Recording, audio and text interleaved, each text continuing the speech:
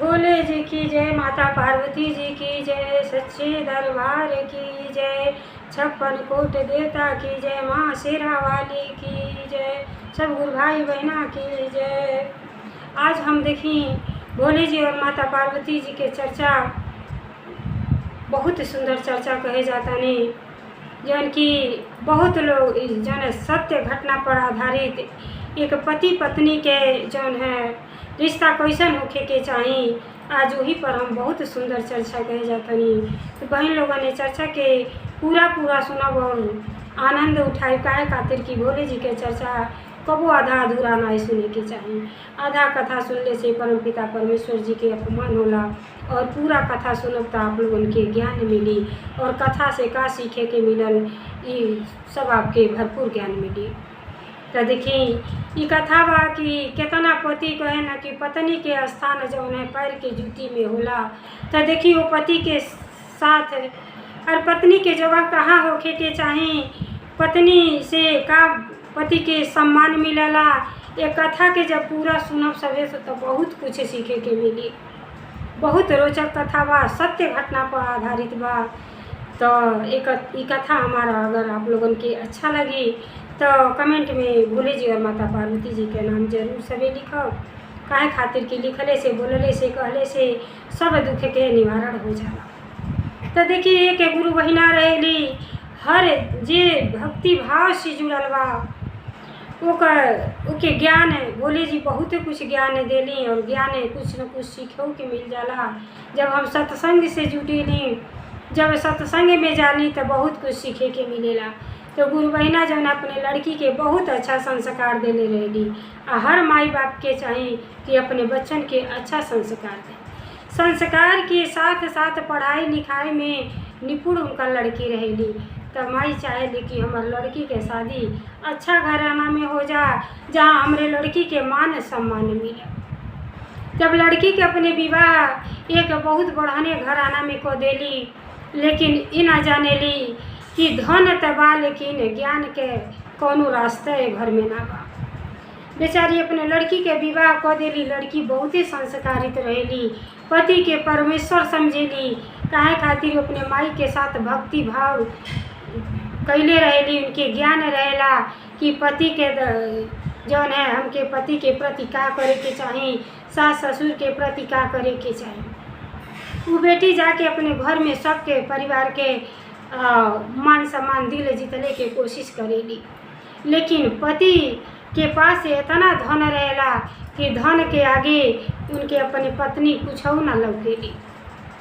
अब बेचारी कुछ दिन बीतला तो गर्भवती रह जाली। तो कहे ना कि देख लो ये तो बात ठीक लगता, लेकिन हमके जब चाहिए तो पुत्र चाहिए, पुत्री ना होखे के चाहिए हमारे घर में। अब वो जौन है गुरु बहिना के जब लड़की रहेली कलावती बड़ा दुखित रहेली कि अब का करी। अरे ये में तो केहू ना जानेला, 9 महीना माई पेट में ढोएली, लेकिन केहू ना जानेला कि बेटा हो या बेटी हुई।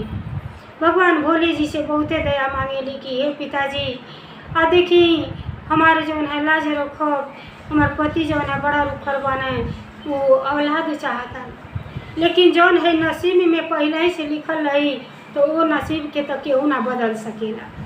बेचारी के बीतल 9 मास हो गई। 9 मास में बेचारी के जब लड़की के प्राप्ति भइल तो पति बड़ा प्रताड़ित करे लगला। अब कहना कि हमके तो पुत्र चाहिए, पुत्री ना चाहिए। कहली कि ऐसा काहे खातिर करत हई।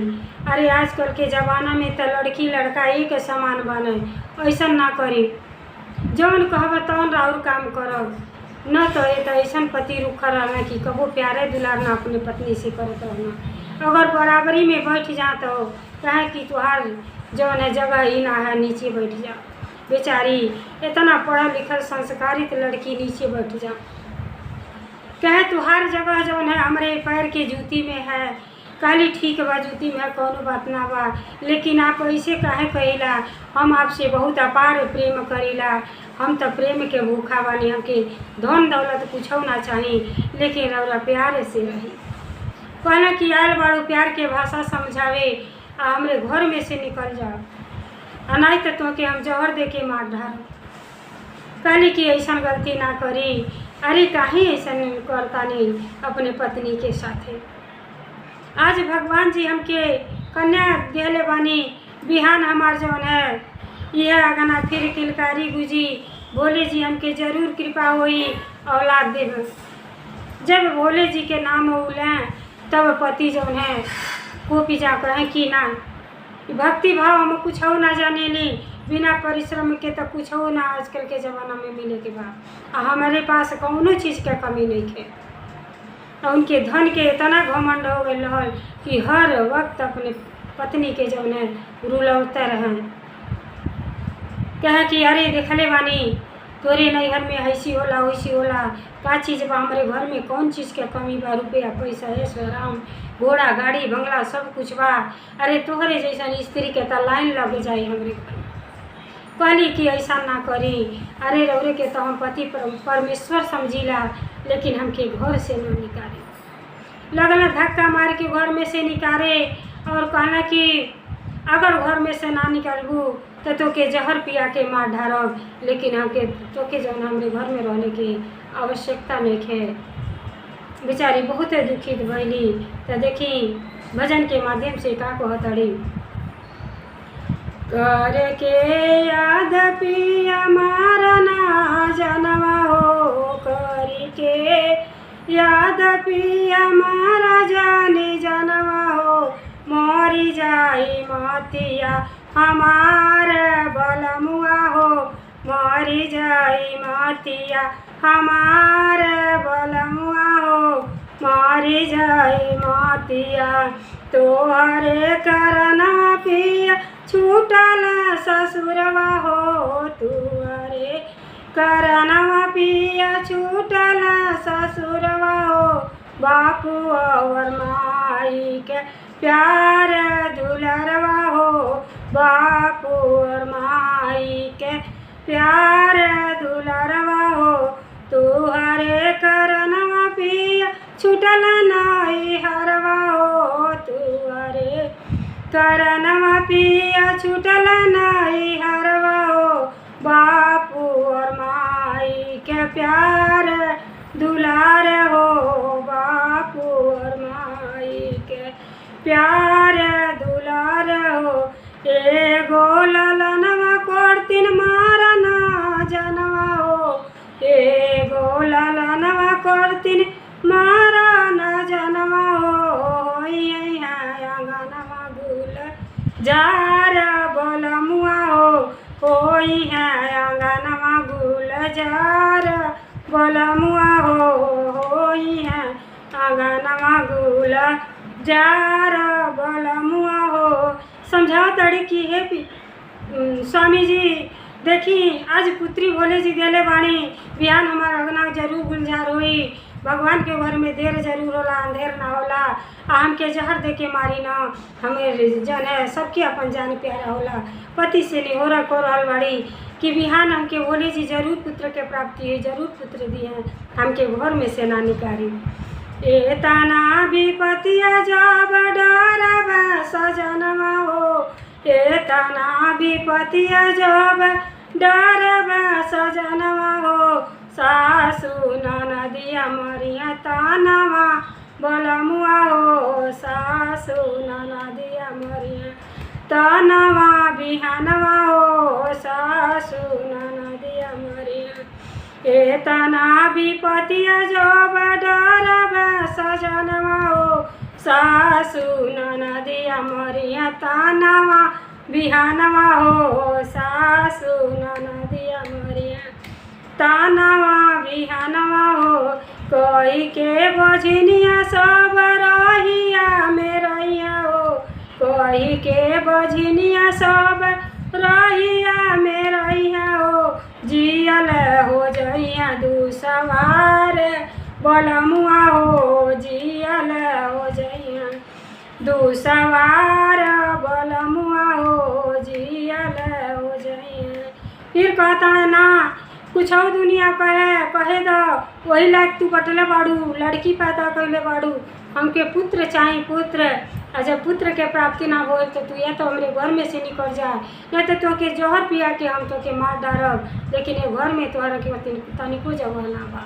तो देखी फिर का कथी, दे है जहरवा पिया आजू पियाई हो, दे है जहरवा पिया आजू पियाई हो, तोहरा से दुखवा माई केतना बताई हो, तोहरा से दुखवा माई। अब बेचारी मौका पहली तो अपने माई लगे फोन लगौली के माई तोरा से हम का कही, जौन प्यार दुलार देले रहलू, प्यार से दिल जीतले के पति के कोशिश कैली, लेकिन आज हमार पति हमके जहर पिया के मार डरिया, हमार चेहरा ना देख पबू माई, अगर हो सके तो भाई के भेज के हमके अपने पास बुला लो। तो जब बेटी जौन नैहर ससुरा में प्रताड़ित होली तो दूसर सहारा कहाँ जाइए, नैहर में अपने माई से गुहार लगाओ तड़ी मोबाइल के माध्यम से, दिया जहरवा पिया आजू पियाई हो, दिया जहरवा पिया आजू पियाई हो, तोहरा से दुखवा माई केतना बताई हो, तोहरा से दुखवा माई केतना बताई हो, देखी न पैबू माई हमारी सूरतिया हो, देखू न पैबू माई हमारे सूरतिया हो, भैया के भेजी द बुलवैया मायरिया हो, भैया के भेजी द बुलवैया मायरिया हो, भैया के भेजी द। तो देखिए गुरु भाई बहना, दुख भरल भजन बेचारी अपने पति के आगे सुनावत अड़ी, लेकिन पति एक ना सुनत हमें। जैसे माई से बतियावल देखना और मोबाइल काने से छोड़ लेना और अपने पत्नी के घर से निकाल देना, कहले या तो तुम्हें अगर घर से ना निकलू तो जहर पिया के मार डरब, आना तो हमारा घर छोड़ के निकल जा। अब बेचारी पूरा बात अपने माई से बतियाहू ना पौले रहली, तब तक उनका पति अपने घर में से निकाल देना। तो देखिए घर से निकलने के बाद बेचारी के का भइल बा, बेचारी काहे खातिर कि भक्ति भाव में बहुते शक्ति होला, इतना भक्ति भाव कैले रहली, इतना ज्ञान रोल अबिन पढ़ाई भी करत रहली, तो सोचली कि ऋषिया के नैहर कबो ना जाए के चाही, काहे खातिर कि बाप भाई के मान सम्मान कम होला। तब कहत अड़ी कि पति के घर में जगह ना बा, देखिए कभी भी नैहर जा तो जब भाई भतीजा आके बुला के ले जाना तो नैहर में सम्मान मिलेला, अपने से कबो नैहर में ना जाए के चाहिए। और जब पति के जब जरूरत पड़ी तो खुद लेके यहाँ, लेकिन पति के लेके नैहर में कबो ना जाए के चाहिए। अब बेचारी भटकत अड़ी एने उन्हें कि का करी, तो फिर भोले जी के मंदिर में गईली, थोड़ा सा शांति मिलल तो कहली कि अब चलतानी ये गांव के जौन मुखिया बानी वहाँ के पास चलतानी, शायद काम बन जा, पति के हमरे समझा था तो फिर घर में आ जाई। अरे लाख है, भला है बुरा है जो कुछ भी है, मेरा पति तो मेरा देवता है। बेचारी अपने पति से बहुत प्यार करत रहली, घर कितना हो जुर्म करा लेकिन घर छोड़ के जाना चाहत रहली। तो बेचारी जब गईली तो देखी मुखिया के दरवाजे पर पहुँचल बाटी, और मुखिया से के सामने जौन है अपन घूंघट में ठड़ा बाटी और केहू पहचानत नहीं ख, तो ये बता कि केकरा घर के आई कहाँ से आयल बानी। तब अपने पति के नाम लिख के देली, काहे खातिर के देखी पत्नी अक्सर अपने पति के नाम ना लेली, लिख के देली कि फला आदमी के मन का पत्नी है, घर से हमके निकाल देले बाना, हमारे इतना कसूर बा कि हम लड़की पैदा कैले बानी बेटा के चाहत में, हमके घर में से निकाल देले बाना। अब जब गईली और लेटर लिख के देली, जब मुखिया पढ़ना तो बेचारा बुजुर्ग रहना, उनके आँख में आंसू आ गए कि आजकल के जमाना ऐसा बा, बेटा लोग ऐसा बाटे कि अपने पत्नी के घर में से निकाल देले बाना। तो वह बेचारा नंबर लेके फ़ोन करना उनके पति के पास, तो कहे ना का बात है मुखिया, अतः तू कहे अपने पत्नी के घर में से निकाल देने वाला। कहला ऐसे का मतलब, हमार पत्नी जौन मन करे तौन करी। कहला ऐसा तक कोनो बात ना होके के चाहिए, पत्नी के का कसूर है कि निकाल देले बड़ा, आओ हमारे दरवाजे पर और सच्चाई बताओ, तो हर पत्नी हमारे पास आई बड़ी। अब पति के और गुस्सा कंट्रोल नहीं रहल, अब गुस्सा में वहाँ से चल देना, काहे खातिर कि करोड़पति रहना, धन के अभिमान में उनकी परिवार ना लौकत रहे। तो धन के अभिमान में अपन परिवार बर्बाद नहीं करे के चाहिए। और बहुत लड़के ऐसा कर रहल बाने कि अपने पत्नी से जुदा हो जाता है और लास्ट में पछतौले के सिवा कुछ और ना हाथ लगेला। लेकिन ऐसा पतिव्रता वो स्त्री रही कि धन वैसा स्त्री भगवान सबके दें, सबके घर के बेटी बहू के ऐसा होखे के चाहिए। अब मुखिया बोलौना तो अकड़त के अइलें और कहना का है मुखिया साहब, कहला कि देखा बेटा ऐसा कबो ना करे के चाहिए। पत्नी के जगह तो दिल में होखे के चाहिए। और पत्नी जो है घर के लक्ष्मी होली, जब लक्ष्मी के ठोकर मार देव तो तू बर्बाद हो जाइब। बुजुर्गन के बात जरूर माने के चाहिए, लेकिन धन के घमंड में उनके कुछ ना लौकल। कहना ऐसा कुछ ना होला, ऐसा स्त्री के तो मेरे लाइन लग जाई, हमके लड़की के जरूरते नहीं है।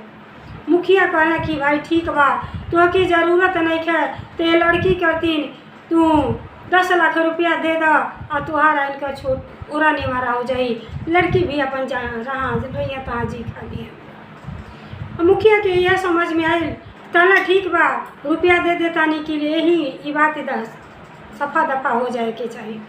कहना ठीक बा अपने पत्नी के मोबाइल पर 10 लाख रुपया भेज दो और तू पत्नी से आज छुटकारा हो जाई। पत्नी अपन जैसे मन करी तैसे बेचारी घर गृहस्थी अपने कुछ रोजी रोजगार को के जी खाली है। तो अपन पत्नी में बहुत कुछ धर्म कर्म बा। पत्नी देखी कितना अच्छा बाड़ी, जब लास्ट तक कथा सुनब तो आनंद आ जाए।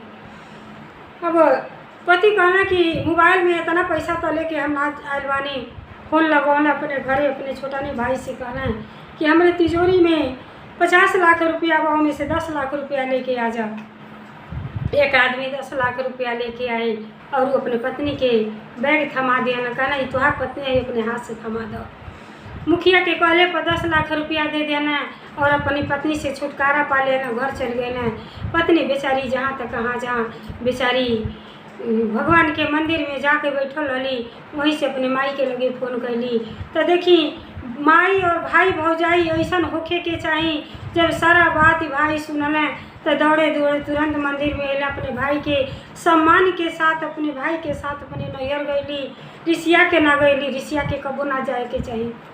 गईली तो भाई भौजाई इतना सपोर्ट कैना, इतना सपोर्ट कैना, कहना कि ये बहन अगर तुहार पति तुहार साथ छोड़ दे ले बाना, लेकिन हमन के तुहार जीते जी जब तक जितना सुविधा सब उतना दिल जाई। तू अपने पढ़ाई में मन लगाओ और तू जौन तैयारी करो तारू में भोले जी के दया होई तो सफल हो जाएगी। तो देखी भाई भौजाई के इतना सपोर्ट मोलल। आजकल के भौजाई तो नैहर में चल जाता देखल ना चाहत है, अगर 10 दिन से 15 दिन 20 दिन महीना दिन हो गए तो यह होल कि कब नंदा यहाँ से भागे, 2 रोटी बेसी बनावे के पड़ता। अरे ननद तो बड़ा देखी ननद भौजाई के प्रेम तो बहन जैसे होखे के चाहिए। ननद केहू के अपने ससुरा से फुर्सत ना बा, बहुत जब मुसीबत में रहेली तब नैहर में जाली। अब बेचारी गईली और झरझर रोवत ताड़ी, अपनी भाभी से कहताड़ी कि ये भाभी आप इतना सपोर्ट करतानी कि आज हमारे जो है बहुत अभिमान बा कि हमार भाई बाप ऐसा मिलल बाटे। आ ऐसे बढ़ के धन तो कोनो होखई के ना चाहिए। ससुरा में धन बा कौने काम के कि आज हम घर से बेघर हो गई, पति हमके निकाल के भेज दे। अब बेचारी इतना पढ़ाई में मन लगौली कि अधिकारी बन गई। अब इन अधिकारी के जो है कागज़ एक और होता है, एक और पति के तलाक के कागज़ आ जाता। बेचारी अपने पति से इतना प्रेम करत रहेली, कहेली कि जीवन गुजार दे भगवान भोले जी के शरण में जाके, लेकिन दूसर शादी ना करब। अगर जब ज्ञान होई तब शायद हमार पति हमके लेवे आ जा, भोले जी के दया जरूर होई, काहे खातिर भोले जी के हम शिष्या हई। अब बेचारी तलाक के पेपर जब देखली तो बहुत रोली, भीतर भीतर केहू से कुछ ना कहत हई। लेकिन एक और दुख के जौन है अपार दुख जाहिर करत रही, एक और बेचारी के लेटर आ गई कि अधिकारी बन गई। जब अधिकारी के पोस्ट पर हो गई तो देखी बेचारी समय के बीतत देर ना लगेला। जी अपने पत्नी के लक्ष्मी जैसा पत्नी के ठोकर मारेला, ओकरे घर से लक्ष्मी जात देरी ना लगेली। वो जैसे धनवान रहना ऐसा गरीब हो गई कि एगो ढाबा पर जाके बर्तन धोत रहना। एक जमाना उ रहल कि इतना धन दौलत रहल। आज 10 साल के बाद जब पत्नी यार अधिकारी हो गई और पत्नी के घर से जब निकाल देना, एक कन्या के जन्म भई, लक्ष्मी के घर में जन्म भई, लक्ष्मी के चलते वो अपने लक्ष्मी के ठुकरा देना, तो घर से जौन भी धन संपदा रहल भोले जी के दया से सब नष्ट हो गई। जब सब नष्ट हो गई तो वो बेचारी जात रही अपने ड्यूटी पर, उनके साथे गार्ड लगल रहना, तो बहुत दूरे जात रही। तो कहली कि उनके मन में आयल कि चल ढाबा पर चल जा, कुछ नाश्ता पानी कर लिहल जा।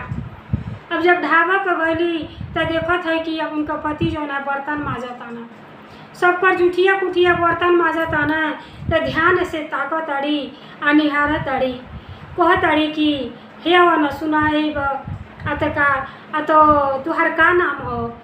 अब एकदम हुलिया बदल गई रहल, जौन राशि ठाट बाट रहल उ चड्ढा और फटही बनियान पर बर्तन धोवत रहना। जौन गार्ड रहना कहना अरे का आप बतिया रहल बानी नौकर चाकर से, कहली कि हमारी पर्सनल मामला है, आप चलिए बैठिए गाड़ी में, हम अभी बात करके आवत हैं।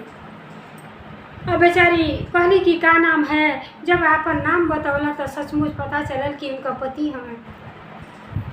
कहला कि आप काहे पूछतानी, आप एक अधिकारी होके हमार नाम का करे के पूछतानी, हम उधर खाना बनावत हई, हमार मालिक लेट हुई तो हमके ढाबू पर से निकाल गई है, तो जाए भी तक कहाँ जाए। कहली 2 मिनट से बात कैली, आपके पत्नी कहाँ बाड़ी।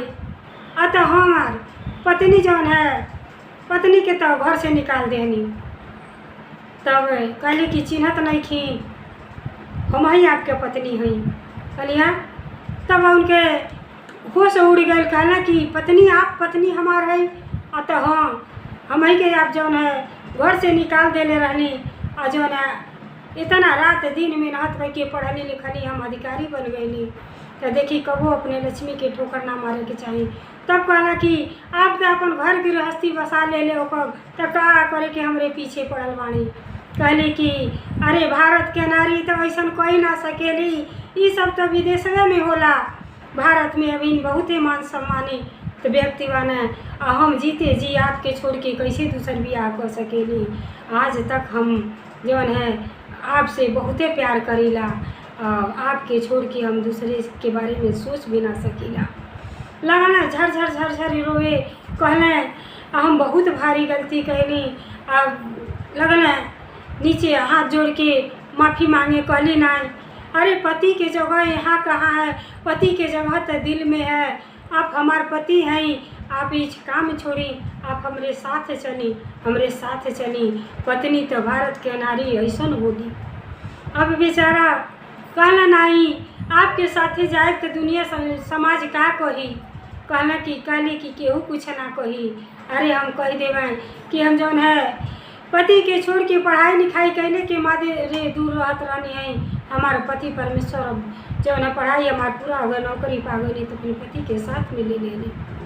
अब जौन है पछतावा के सिवाय पति के आगे कुछ और ना रह गई है। कहला हम यहाँ से कैसे जा सकेनी, अब जब तक इनके जितना पैसा ले ले बानी वो पैसा के काम निपटाए ना, तब तक ये मालिक हमके यहाँ से जाए ना दी हैं। कहली कि चिंता न करी, जितना रहो पैसा दे हमार गार्ड सब पैसा आपके भुगतान कर दिए, लेकिन रहो हमारे साथे चली। हम जो है ये देख ना सकतनी कि हमारे पति जो है जूठा पुठा माजे और हम अधिकारी होके और कैसे ही देख पाई। अरे हमारे तो ये जो है आँख पे मन करता कि पट्टी बांध ली। कहले अब उनकी पछताए लगला कि इतना जुर्म में अपने पत्नी पर कहली, तनी सा प्यार करती हमारे जन औरत कहली कि हम सब कुछ करे के तैयार बानी, लेकिन हम अपने धन के घमंड में अपने पत्नी के घर में से निकाल देनी। अब इतना रोवत आड़े, फूट फूट के रोवत आड़े, आंसुए ना थमता। वो पत्नी गाड़ी में बैठावेली और मालिक के सारा पैसा जौन भी रहला उनकर सब भुगतान कर देली, और रास्ता में वही दुकान से खाना पैक करेली और भर पेट अपने पति के अपने हाथ से भोजन करावेली। पति के जौन खुशी के ठिकाना ना रहेला। तो देखिए ऐसा गुरु भैया जे भी हमारी कथा देखत होई ऐसा गलती कबो ना करी कि अपने पत्नी से कबो ऐसा मुँह ना मोड़ी। पत्नी तो अपने पति से अपार प्रेम करेली, वो भारत की नारी। हम यही गोरखपुर जिला के किरण सिंह आप लोगों से आग्रह करता नहीं कि ऐसा गलती कबो ना करी। अपने घर परिवार के में प्रेम से खुशहाल से रही। अपने जीवन के मनुष्य के शरीर पौले बानी तो इतना अच्छा से रही, ऐसा न रही कि मरले के बाद दुनिया आपके याद करे कि परिवार में कैसे बेटा बहू और माई बाप कैसे रहेला। अपने माई बाप के कबो अनादर ना करी, अपनी पत्नी के अनादर ना करी, सबसे आपस में प्रेम से मिलजुल के रही। तो देखिए भोले जी की ऐसा दया भइल कि भक्ति में बहुते शक्ति है। बेचारी इतना भक्ति कैले रही, भक्ति के साथ में माता पार्वती जी उनकी इतना ज्ञान देनी कि पति के साथ छूट गईले के बाद भी इतना परिश्रम कैली, पढ़ाई में बेचारी और अधिकारी बन गईली। अब फिर भी उनका घर संसार भोले जी बसा देनी। अब ऐसे बढ़ के का चाहिए। देव के देव महादेव में इतना ताकत है। ये सावन महीना में भक्ति भाव जी करला ओकर सब दुख के निवारण हो जाला। हर हर महादेव, घर घर महादेव। भोलेनाथ की जय, सच्चे दरबार की जय, 56 कोटि देवता की जय।